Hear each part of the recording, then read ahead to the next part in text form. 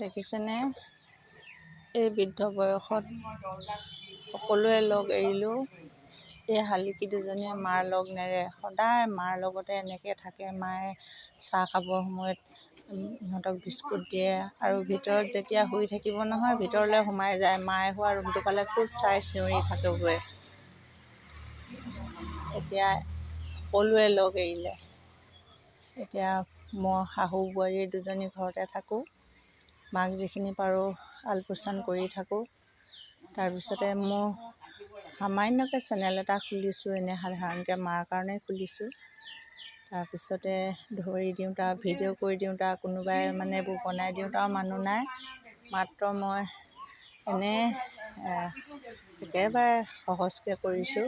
আপোনালোকে চেনেলটো চাই থাকিবচোন, ছাবস্ক্ৰাইব কৰিব, শ্বেয়াৰ কৰিব, লাইক কৰিব, কমেণ্টছ কৰিব। মাৰ লগ এইবোৰেই আৰু এতিয়া মায়ে খাবলৈ দিয়ে, সেইকাৰণে মাৰ ওচৰে ওচৰে সিহঁতি ঘূৰি ফুৰে।